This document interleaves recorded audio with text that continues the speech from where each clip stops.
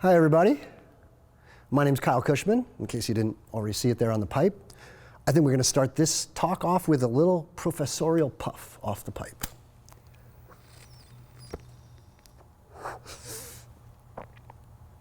Yes, so what we're talking about today is some of the differences between outdoor genetics and indoor genetics. Why would one want to grow a certain strain outdoors? Pardon me, cultivar. Sorry, I've been saying strain for so many years. Cultivar. Why one would want to grow a certain cultivar outdoors or indoors, what might be, what would lead you to be able to recognize which is such, and what are some of the traits that would do better indoors or outdoors. I'll start off by saying that I've always professed a mantra that anything that grows really well outdoors is probably going to do even better indoors. I mean, if a plant can grow outdoors with the wind and the rain and the bugs and the dust and whatever Mother Nature can throw at her, how much better is she going to do indoors where you control and optimize the environment? The reverse, however, is not even close to true. Just because a plant does well indoors is no indication of how it's going to perform outdoors. Outdoors, plants depend on equatorial, longitudinal placement from where it originated as to whether you're going to be able to finish the season or not. So for example, you really don't want to grow a long season sativa outdoors. You just can never predict, I mean, unless you're in Jamaica or someplace near the equator where you know you have a really, really long summer, you never really can predict if you're actually going to finish that plant up before the bad weather comes, before the first frost comes, before the rainy season comes. So outdoors, you really kind of want to stick to early finishers to be safe, to know that you're going to actually harvest a mature, ripe crop. You don't have to worry about any of that indoors. Indoors, you get to decide exactly how large you want the plant to be, exactly how large you want the plant to be when it finishes, pretty much how much you want the plant to yield when it finishes. You decide that through what size pot you put it in, but mostly you decide that through what time you switch the photoperiod over to flowering. So for example, if I have a 1 foot tall plant and I switch it over to flowering, it's going to end up being a 2.5 foot tall plant. And I can count on what that yield is going to be through my experience depending on what that strain is.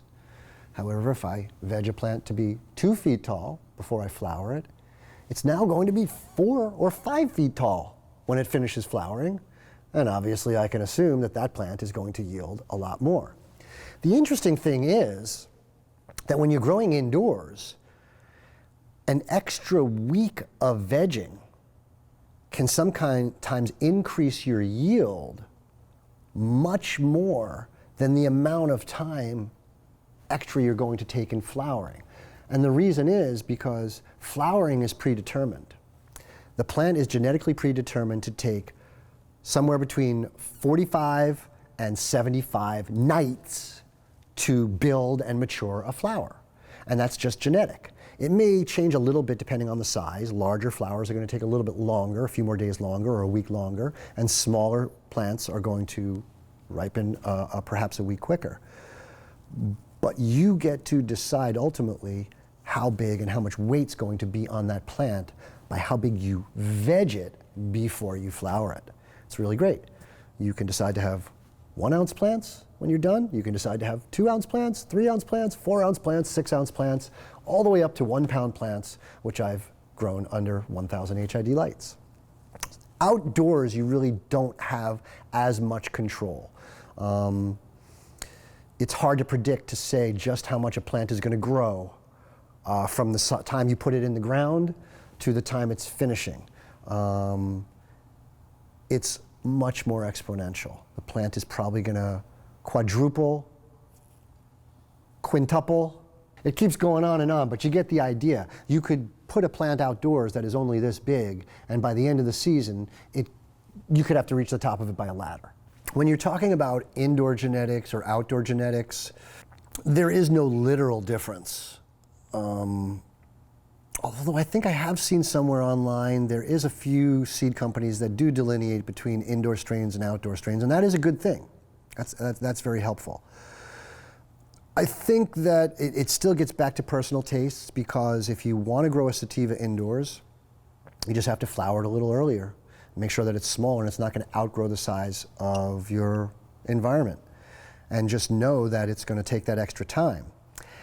Whereas you don't really have that luxury outdoors. You have to kind of pray that the season doesn't change on you and monsoon season doesn't start or your frost doesn't come.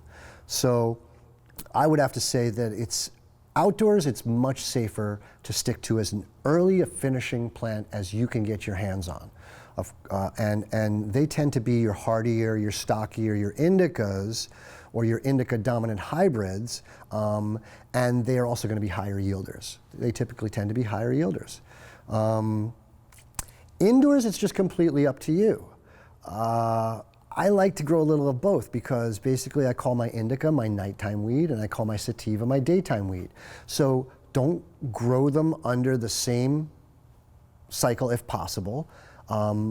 Only reason being that if you do, they're going to diverge somewhere in there in the flowering cycle on the feeding, where the sativa is going to keep going up and up and up and up, and the indica is going to be leveling off and getting ready to acquiesce. So you'll be having to make up two feeding formulas.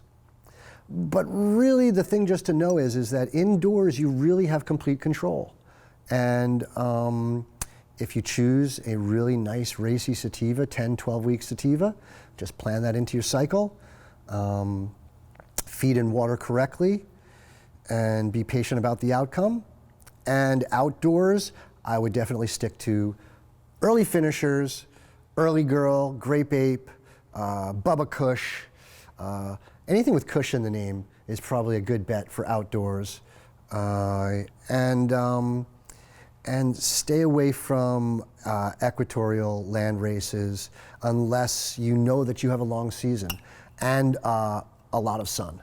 Because if you don't have a lot of sun every day, you're not going to, you're just going to grow a lot of leaf and a lot of lumber, because those equatorial varieties really need long sunny days.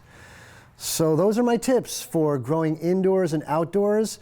I really love you outdoor growers, man. I'm going to join you really soon. So once again, as everybody knows, I'm primarily an indoor grower, but major respect for those outdoor growers, man. I really want to get out in the sun and the soil and join you guys soon. These are my tips for deciding what to grow outdoors versus indoors. Have a great day. We'll see you again soon.